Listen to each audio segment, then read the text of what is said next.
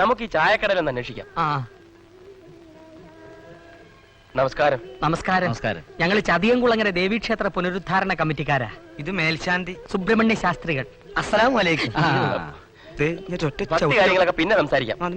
ഇവിടെ അടുത്ത് കരുണൻ എന്ന് പറഞ്ഞ ഒരാളുടെ വീട് എവിടെയാ? ഓ, ദാനശീലം കാരണം. അമ്പലത്തിനായാലും പള്ളിക്കായാലും മരുന്നിനായാലും കല്യാണത്തിനായാലും വാരി കോരി കൊടുക്കും. അല്ല, നമ്മളെ സുഖീനല്ലത്. എന്റെ കർത്താവ്, ഇതാകെ പ്രശ്നമാവല്ലോ. കർത്താവ് എന്നൊന്നും പറയരുതെന്ന്, ഓർക്ക് മനസ്സിലാവൂലെന്ന്. അദ്ദേഹത്തിന്റെ വീട് ഏത് ഭാഗത്തായിട്ട് വരും? നേരെ നടക്കുക, ഒരു 200 വാര. ആ പാലം കടന്ന് വലതുവശത്ത് കാണുന്ന ആദ്യത്തെ ഓടിട്ട വീട്.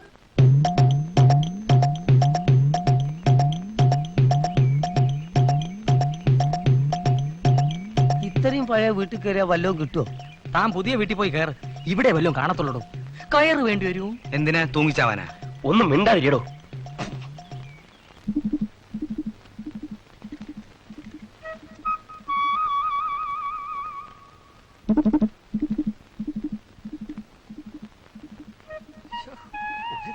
ഇഷ്ടപ്പെടാത്തൊരു പൂട്ട്.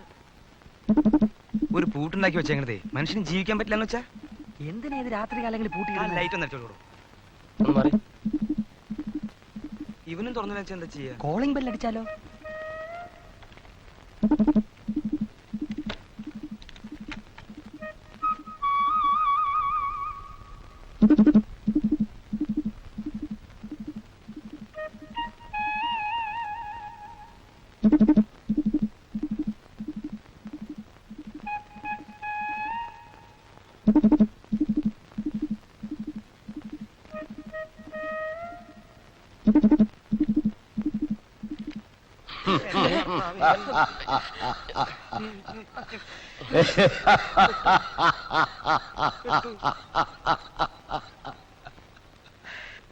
എന്താ വെളിച്ചത്തെ പേടിയാണല്ലേ? ഇരുട്ടിനോടാണ് താല്പര്യം.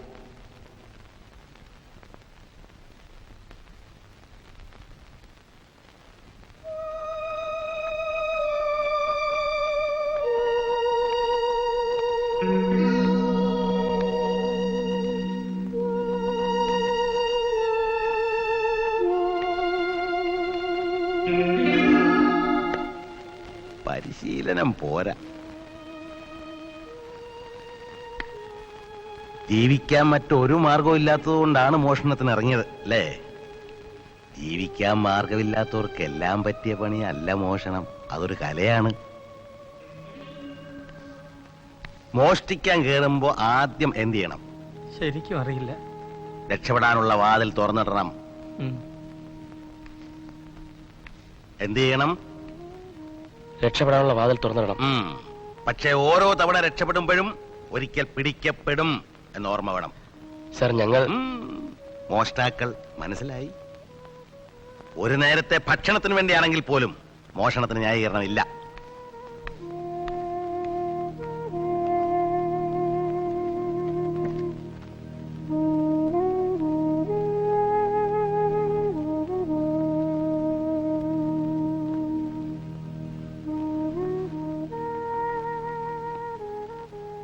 അനങ്ങരുത്.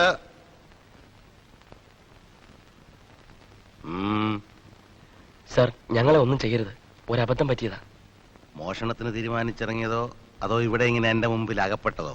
ഏതാണ് ഈ അബദ്ധം? ജീവിക്കാൻ മറ്റു മാർഗങ്ങളില്ലാതെ വന്നപ്പോ ആരെങ്കിലും സമ്പാദിച്ച മുതലൊക്കെ കട്ടെടുക്കാവെന്ന് കരുതി. പക്ഷെ വിദഗ്ധമായി മോഷ്ടിച്ച് വിജയാഹ്ലാദത്തോടെ നിങ്ങൾ കഴിക്കുന്ന ഭക്ഷണത്തിന് എത്ര പാവപ്പെട്ടവരുടെ കണ്ണീരിന്റെ രുചിയുണ്ടെന്ന് ഓർത്തിട്ടുണ്ടോ? ഓർത്തിട്ടുണ്ടോ? ക്ഷമിക്കണം, ഇനി ഒരിക്കലും ഞങ്ങൾ ഈ പണി ചെയ്യത്തില്ല. പിന്നെ ജീവിക്കാൻ എന്ത് ചെയ്യും? കർത്താവിനെ ഓർത്ത് പോലീസിനെ കൊണ്ട് തല്ലിക്കരുത്. അതിന് ഞാൻ പോലീസിനെ വിളിച്ചില്ലല്ലോ. പടച്ചാലാണെങ്കിൽ ഒരു വാക്ക് പറഞ്ഞിട്ടാ മതി, നമ്മൾ പോയിക്കോളാം. പോകാതിരിക്കാൻ ഞാൻ ആരുടെയും കൈയും കാലും കെട്ടിയിട്ടുമില്ല.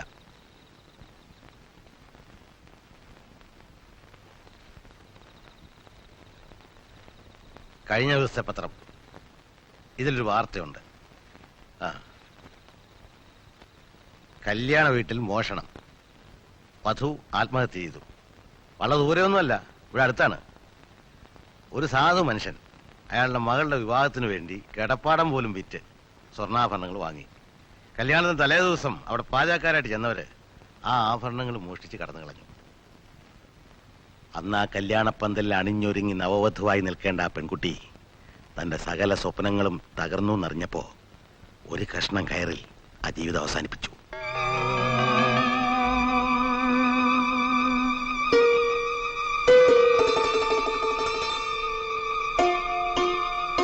ഏതോ ഒരു പെണ്ണിന്റെ മരണവാർത്ത കേട്ടപ്പോ നിങ്ങൾ എന്തിനാ പ്രയാസപ്പെടുന്നത്? ഒന്നുമില്ല സാർ. ഉണ്ട്. ഒന്നുമില്ല സാർ. അടുത്ത കാലത്ത് ഈ പ്രദേശത്ത് നടന്ന എല്ലാ മോഷണങ്ങളുടെയും പിന്നിൽ നിങ്ങളുണ്ട്. ഇല്ല സാർ, ദേവി ഇത് ഞങ്ങളെ തെറ്റിദ്ധരിക്കരുത്. ഞങ്ങളിത് ആദ്യമായിട്ടാ പിടിക്കപ്പെടുന്നത് അല്ലേ? അല്ല, മോഷ്ടിക്കുന്ന. നുണ പറയാം, സ്വന്തം മനസാക്ഷിയോടാകരുത്. കള്ളന്മാർക്ക് കൈ കിട്ടുന്നത് എന്തും മോഷ്ടിക്കാം. അങ്ങനെ വേണമെങ്കിൽ ഒരു ലോകം തന്നെ കീഴടക്കാം, രാജാവാകാം. ചെയ്തത് തെറ്റായി പോയെന്ന് തോന്നുമ്പോ പശ്ചാത്തപിക്കാം, ശരിയല്ലേ? അതെ സാർ. പക്ഷേ നമ്മുടെ കയ്യബദ്ധം കൊണ്ട് നഷ്ടപ്പെട്ടു പോയ ഒരു ജീവൻ തിരിച്ചു നൽകാൻ നമുക്ക് സാധിക്കുമോ?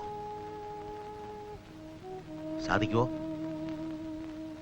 അതിവേഗത്തിൽ പ്രവർത്തിക്കുന്ന മനസ്സ്, അതിനൊപ്പം പ്രവർത്തിക്കുന്ന ശരീരം, ഇതെല്ലാം പ്രായം മനുഷ്യന് തരുന്ന ഗിഫ്റ്റാണ്. പക്ഷെ ഒരിക്കൽ മനസ്സ് ചെല്ലുന്നിടത്ത് കൈ എത്താതാകും. കാലത്തിന്റെ വികൃതി. അന്ന് മനസാക്ഷി നൊമ്പരപ്പെടും. ഞാനതാണ്. ഇവിടുന്ന് നിങ്ങൾ എന്ത് പ്രതീക്ഷിച്ചു? പറയൂ, ധൈര്യമായി പറയൂ. കൈ കിട്ടുന്നത് എന്തും.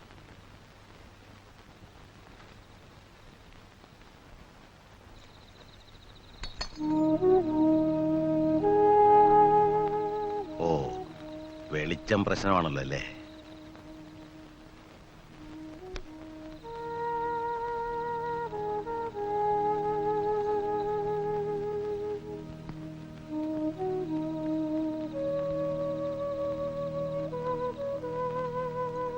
ഞങ്ങളെ തിരിച്ചു പോകാൻ അനുവദിക്കണം. ശരി, പൊയ്ക്കോളൂ.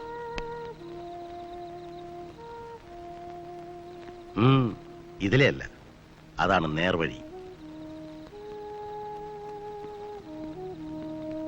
നിക്ക്. എപ്പോ വേണമെങ്കിലും നിങ്ങൾക്ക് ഇവിടെ വരാം.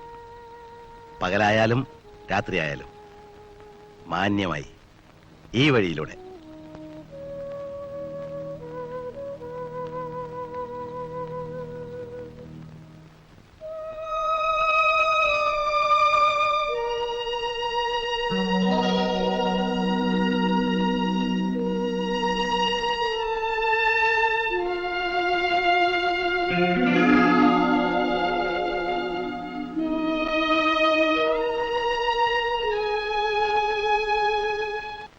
വിശ്വസിക്കില്ല. നീതു മാത്രമല്ല, എന്നെ പരിചയപ്പെട്ട ആരും വിശ്വസിക്കില്ല. പക്ഷേ സത്യം അതാണ്. ഇങ്ങനത്തെ ഒരു സത്യം അറിയാതിരിക്കുന്ന നല്ലത്. ബാലു പറയുന്നത് ജീവിക്കാൻ വേണ്ടിയെന്ന് മറ്റൊരു മാർഗമില്ലേ? നീതുവിനൊരു വീടുണ്ട്. സ്നേഹിക്കാനും താലോലിക്കാനും അച്ഛന്റെ സ്ഥാനത്തൊരാളുണ്ട്. എനിക്കോ ഓർമ്മയെത്തുമ്പം ഞാൻ തെരുവിലായിരുന്നു. അവിടെ കിട്ടിയ കൂട്ടുകാർ, അവരോടൊത്തുള്ള ജീവിതം, നിയന്ത്രിക്കാനും ശാസിക്കാനും ആരും ഉണ്ടായിരുന്നില്ല. രാത്രി ഉറങ്ങാൻ കിടക്കുമ്പോൾ മനസ്സിലോടിയെത്തുന്ന അമ്മയുടെ ചിത്രങ്ങൾ, സ്വപ്നത്തിൽ മാത്രം കിട്ടുന്ന അവരുടെ സ്നേഹവും ലാളനയും. ഈ സാഹചര്യത്തിലും വലിയ ആളാകണമെന്ന് ഞാൻ ആഗ്രഹിച്ചു.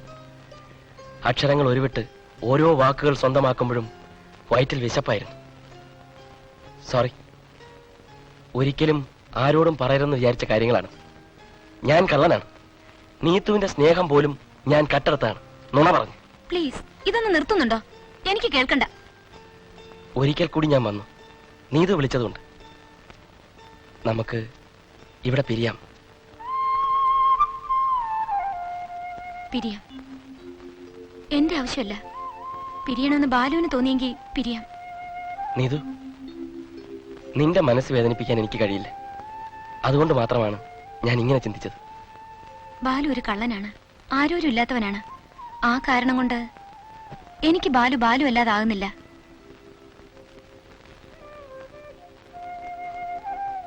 ഞാൻ വന്നത് വീട്ടിലേക്ക് വിളിക്കാനാണ്, 4 പേരെയും. അച്ഛൻ പറഞ്ഞു, വരൂ, ഞങ്ങൾ കാത്തിരിക്കും. 12 ആനി അതിന്റെ തോറ്റും തരാന്ന് പറഞ്ഞാലും ഇനി അങ്ങോട്ട് ഞാനില്ല. പോയോടത്തോളം മതിയായി. തടി ബാക്കിയായത് തന്നെ റബ്ബിന്റെ കാവല്. ഒരു കാവലും ഇല്ല. ആ നിമിഷം അങ്ങേർക്ക് പോലീസിനെ വിളിക്കാൻ പറ്റുമായിരുന്നു. വിളിച്ചില്ലല്ലോ. അതാണ് കർണേട്ടൻ. അതെ, വിളിച്ചില്ല. ഇനിയിപ്പൊ നമ്മളെ 4 ആളെയും വിളിച്ച് പോലീസിനെ റെഡിയാക്കി നിർത്തി തല്ലി ചമ്മന്തി ആക്കാനാവും. എനിക്ക് എന്താണാവോ അയാളുടെ രൂപവും ഭാവവും ഈ കര കര കര എന്നുള്ള ശബ്ദവും അയാളെ ആള് ശരിയല്ല. അങ്ങനെ പറഞ്ഞു കൊടുക്ക.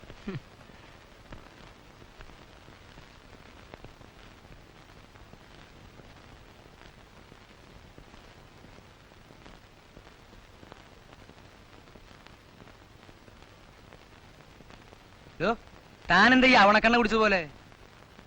എന്തു പറയാനാ, കള്ളനായിട്ട് ജീവിച്ചാൽ മതിയായിരുന്നു. സ്നേഹിക്കാനും സ്നേഹിക്കപ്പെടാനും അവനെന്താ അവകാശം? ശരിയാണ്, കള്ളന്മാർക്ക് വലുത് സ്നേഹമല്ല, പൈസ തന്നെ. അബു, നമ്മളാരും ജനിച്ചത് കള്ളന്മാരാവാനല്ലല്ലോ. പക്ഷെ എന്താ ചെയ്യാ, ആയി പോയില്ലേ. ആയ സ്ഥിതിക്ക് അങ്ങനെ അങ്ങോട്ട് ജീവിക്കുക. വേണ്ടാത്ത ഒന്നും ചിന്തിക്കണ്ട. ഇനി ഇപ്പൊ അയാൾ എത്ര വിളിച്ചാലും അങ്ങോട്ട് പോണ്ട. നമ്മളോട് ചെല്ലാൻ പറഞ്ഞിരിക്കുന്ന കരുണേട്ടനാ. പക്ഷേ അവിടെ നീതുവും കൂടി ഉണ്ട്. അവള് വരുമോന്ന് ചോദിച്ചു. നിങ്ങളുടെ സംഭവം നോക്കാതെ നമ്മൾ എല്ലാവരും ചെല്ലുമെന്ന് ഞാൻ ഉറപ്പും കൊടുത്തു. അവൾക്ക് വേണ്ടിയല്ല, അവളുടെ ഡാഡിക്ക് വേണ്ടി. അതെ, എനിക്ക് ഈ 2 കാലും കയ്യേ ഉള്ളൂ. അതങ്ങോട്ട് തല്ലി ഒടിച്ച് അയാളുടെ കയ്യിലാണ് കൊടുത്താ നിനക്ക് തൃപ്തിയായില്ലേ? എനിക്കത് ഓർക്കുമ്പോ പേടിയാവുക. ഏതായാലും അത്രയുടെ വരെ ഒന്ന് പോയി നോക്കാം. ലോകം കണ്ട മനുഷ്യനല്ലേ, പോയാൽ നമുക്ക് എന്തെങ്കിലും ഗുണം കിട്ടിയാലോ? ഗുണം കിട്ടും. പോയാൽ ഒരു കാര്യം ഉറപ്പാ, 4 മയ്യത്ത് റെഡിയാവും. അങ്ങനെ സംഭവിച്ചാൽ ബാലു ചത്തിട്ടേ രണ്ടാമതൊരാൾ ചാവും. നമ്മൾ 4 പേരും ഒരു ശരീരവും ഒരു മനസ്സുമാണെന്നാണ് ഞാൻ കരുതിയത്. വരുന്നവർക്ക് എന്നോടൊപ്പം വരാം. ഏതായാലും ഞാൻ പോവും. ഞാൻ പോവും. എന്ത് പറയുന്നു? ആഗ്രഹമില്ലാഞ്ഞിട്ടല്ല, മറ്റെന്ത് തൊഴിൽ ചെയ്യാനാണ് സാർ? നല്ല ചോദ്യം. ലോകത്തെല്ലാരും ജീവിക്കാൻ വേണ്ടി ഈ തൊഴിലാണോ ചെയ്യുന്നത്? പറഞ്ഞ അബദ്ധാവോ എന്തോ? അതുറപ്പാണല്ലോ. ഒക്കെ എന്താ പറയാൻ ഉദ്ദേശിച്ചേ? 3 തലമുറയായിട്ട് ഞങ്ങൾക്ക് ഈ മോഷണത്തിന്റെ ഏർപ്പാടാണ് ഉണ്ടായിരുന്നത്. ഞങ്ങൾ വേണ്ട, മൂപ്പർക്ക്. നമ്മളിപ്പോ തുടങ്ങിയല്ലേ ഉള്ളൂ അല്ലേ? തമ്മിൽ വലിയ വ്യത്യാസമൊന്നും ഇല്ല. പറയണം. അതുകൊണ്ട് പെട്ടെന്ന് അത് വിട്ട് വേറൊരു തൊഴിലിൽ ഏർപ്പെടാന്ന് വെച്ചാ എങ്ങനെയാ നടക്കുക? അത് ശരിയാ, നായ നടുക്കാരിൽ ചെന്നാലും ശരി, അത് നക്കിയേ കുടിക്കുള്ളൂ. എന്ന് പറഞ്ഞ റൊക്കി ഒരു നക്കിയാണെന്നല്ലേ നീ പറഞ്ഞത്? നീയും കള്ളനാ, അത് മറക്കണ്ട. ഒന്നും മിണ്ടാതിരുന്നു. എന്തെങ്കിലും ചെറിയ ശബ്ദമൊക്കെ ഉണ്ടാകട്ടെ ബാലു, ഇവിടെ ഇല്ലാത്തതാ. നീത് ഇവിടെ ഉള്ളപ്പോ ആവശ്യത്തിനും അനാവശ്യത്തിനും ബഹളം ഉണ്ടായിരിക്കുമല്ലോ. ഉണ്ട്, ചുരുക്കം ചില അവധി ദിവസങ്ങളിൽ. എന്ന് പറഞ്ഞ ബാക്കി സമയം വെറുതെ ഇങ്ങനെ ചിറ്റിത്തിരിയാ. അതിന് ഇഷ്ടം പോലെ ബുക്സ് ഉണ്ടല്ലോ ഇവിടെ. ചിലപ്പോ ഭക്ഷണം കഴിക്കാൻ പോലും ആളെ കിട്ടൂല.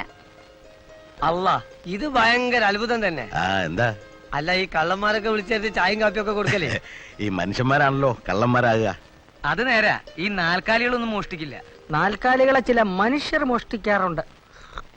അപ്പം മൃഗീയത്വം മനുഷ്യരിലല്ലേ ഉള്ളത്?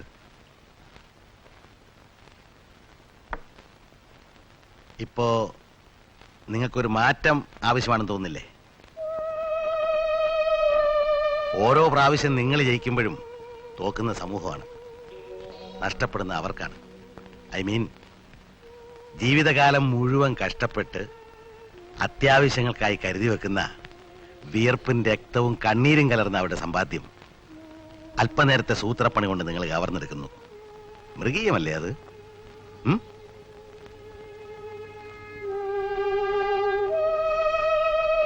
സാരമില്ല, നിങ്ങൾ ഈ തൊഴിൽ തന്നെ തുടർന്നു. എന്റെ എല്ലാ സഹായങ്ങളും ഉണ്ടായിരിക്കും. തമാശയാണെന്ന് തോന്നുന്നുണ്ടാവും. അല്ല, ഞാൻ തേടിയ വള്ളി എന്റെ കാലിൽ ചുറ്റിയിരിക്കുന്നു. ഇത്രയും കാലം ഞാൻ കാത്തിരുന്നത് നിങ്ങളെ ആയിരിക്കാം. സാർ, എന്താണ്? എനിക്കൊരു പിടിയും കിട്ടുന്നില്ല. പിടി കിട്ടിയപ്പോ മല മറച്ചാനെ. ഞാൻ തുറന്നു പറയാം, നിങ്ങൾ മോഷ്ടിക്കണം, പക്ഷെ അത് നിങ്ങൾക്ക് വേണ്ടി മാത്രമായിരിക്കരുത്. മുന്റെ കുടുക്കലപ്പൊ നമ്മള് വന്നു വിട്ട് കാലം വരെ നമ്മൾ കട്ടെ ഞമ്മക്കും വേണ്ടി തന്നെ. ഇപ്പൊ മൂപ്പർക്കും ഷെയർ വേണമെന്നാ പറഞ്ഞുകൊണ്ടിരുന്നേ. അല്ല, സമൂഹത്തിൽ ഒരു നേരത്തെ ആഹാരം പോലും നിഷേധിക്കപ്പെട്ട ആൾക്കാരുണ്ട്, അവർക്ക് കൊടുക്കണം. ആരുടെ മുതലാണ് കയ്യേറേണ്ടതെന്നറിയാവോ? ഈ രാജ്യത്തിന്റെ സമ്പത്ത് ജനങ്ങളെയും സർക്കാരിനെയും നിയമങ്ങളെയും മറികടന്ന് കൈയടക്കി വെച്ചിരിക്കുന്ന ആൾക്കാരുണ്ട്. അവരുടെ മുതല് ആർക്ക് വേണ്ടി? പാവപ്പെട്ടവർക്ക് വേണ്ടി. ചെയ്യാം സാർ. അവർക്ക് വേണ്ടി എന്തെങ്കിലും ചെയ്യാൻ സാധിച്ചിരുന്നെങ്കിൽ എന്ന് തോന്നിപ്പോവുകയാണിപ്പോൾ. നമ്മൾ ആദ്യം കണ്ടപ്പോൾ ഞാൻ പറഞ്ഞ പശ്ചാത്താപം അത് തന്നെ. തിരുത്താൻ ആരും ഇല്ലാത്തതുകൊണ്ട് ഞങ്ങൾ ചെയ്തു പോയ തെറ്റിനുള്ള പശ്ചാത്താപം. പക്ഷേ ഇനിയും അത് തിരുത്തേണ്ടത് എങ്ങനെയാണെന്ന് ഞങ്ങൾക്കറിയില്ല.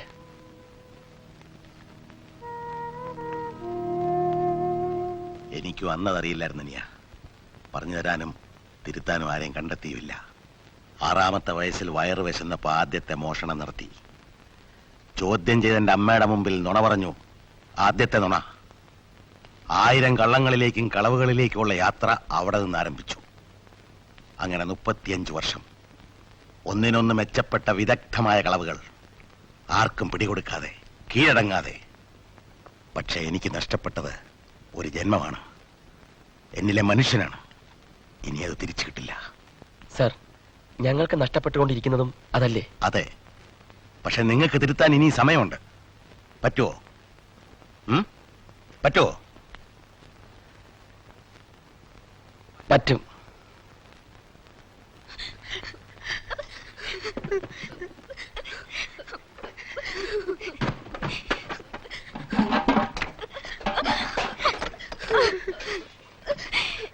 അമ്മേ ഭഗവതി, ഞാൻ എന്റെ കുട്ടികളെയും കൊണ്ട് എങ്ങോട്ട് പോവാനാണ്?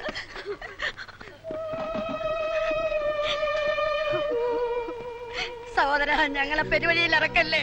അത് പറയാനടുത്ത് പറഞ്ഞാ മതി. വേഗം പൂട്ടിക്കണ വേടാ. ഇല്ല, പിള്ളേരുടെ അച്ഛൻ രാപ്പകൽ കഷ്ടപ്പെട്ടുണ്ടാക്കിയതാണിത്. ഇത് പൂട്ടി താക്കോല് കൊണ്ടുപോകാൻ ഞാൻ സമ്മതിക്കില്ല. മുതലും പലിശ 1 മാസത്തിനകം കൊടുത്ത് ഞങ്ങൾ വീട്ടിൽ കൊള്ളാം. എന്റെ 2 പിള്ളേരെ ഓർത്ത് ഇത് ചെയ്യല്ലേ. നിങ്ങൾ കൊടുക്കാതിരിക്കാ ചെയ്യേ. ഞങ്ങളെ ഏൽപ്പിച്ച പണി ചെയ്യാതിരിക്കാൻ പറ്റില്ല. ഇല്ല, ഞാൻ മാറില്ല. തള്ളേ, സണ്ണിച്ചായൻ പറഞ്ഞതാ. നിങ്ങൾ സമയം കളയാതെ വേറെ വഴി നോക്ക്. മാറാ.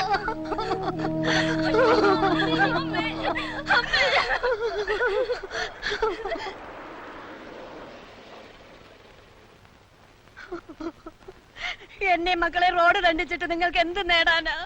തള്ളേ, ഒരുപാട് നാളായല്ലോ ഇത് പറയാൻ തുടങ്ങിയിട്ട്. പണമിടപാടിന്റെ കാര്യത്തിൽ ഈ സണ്ണിക്ക് ചില നിർബന്ധങ്ങളൊക്കെ ഉണ്ട്. 1 മാസത്തിനുള്ളിൽ മുതലും പലിശ തന്ന് കടം വീട്ടിക്കൊള്ളാം. വെറുതെ ഒന്നും നടക്കാൻ പോകുന്നില്ല. കുറെ നാളായല്ലോ അത് കേൾക്കാൻ തുടങ്ങിയിട്ട്. സത്യമായിട്ട് തരാം. കേറി കിടക്കാൻ ഒരിടം ഇല്ലാത്തത് കൊണ്ടാ.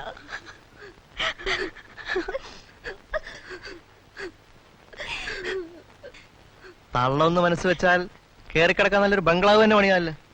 അന്ന് ഞാൻ ആളെ പറഞ്ഞു വെച്ചപ്പോ അത്ര രസിച്ചില്ലല്ലേ? അങ്ങനെ ജീവിക്കേണ്ടി വരുമ്പോ അവറ്റകളെയും കൊന്ന് ഞാനും ചാവും. അല്ലാതെ നിന്റെ ബംഗ്ലാവിൽ കയറി ഇറങ്ങാൻ എന്റെ മക്കളെ ഞാൻ സമ്മതിക്കില്ല. നേരം കളാതെ പൂട്ടി താക്കോല് കൊണ്ടുവേടാ.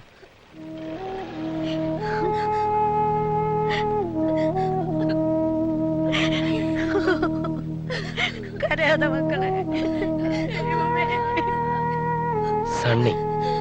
സണ്ണി ഫൈനാൻസിയേഴ്സ്.